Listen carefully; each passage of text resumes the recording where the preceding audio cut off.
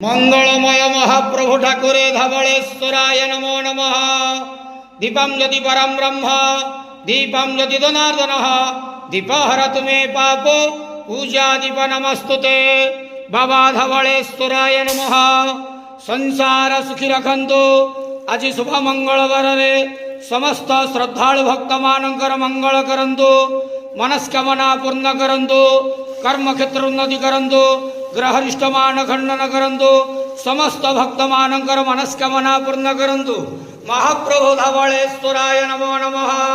संसार सुखी रखंतु आनंद गवार हरि बोलो। आज शुभ मंगलवार रे समस्त श्रद्धालु भक्त मानकर मंगल करंतु आनंद गवार हरि बोलो। समस्त श्रद्धालु भक्त मानक श्रीपद करंतु आनंद गवार हरि बोलो।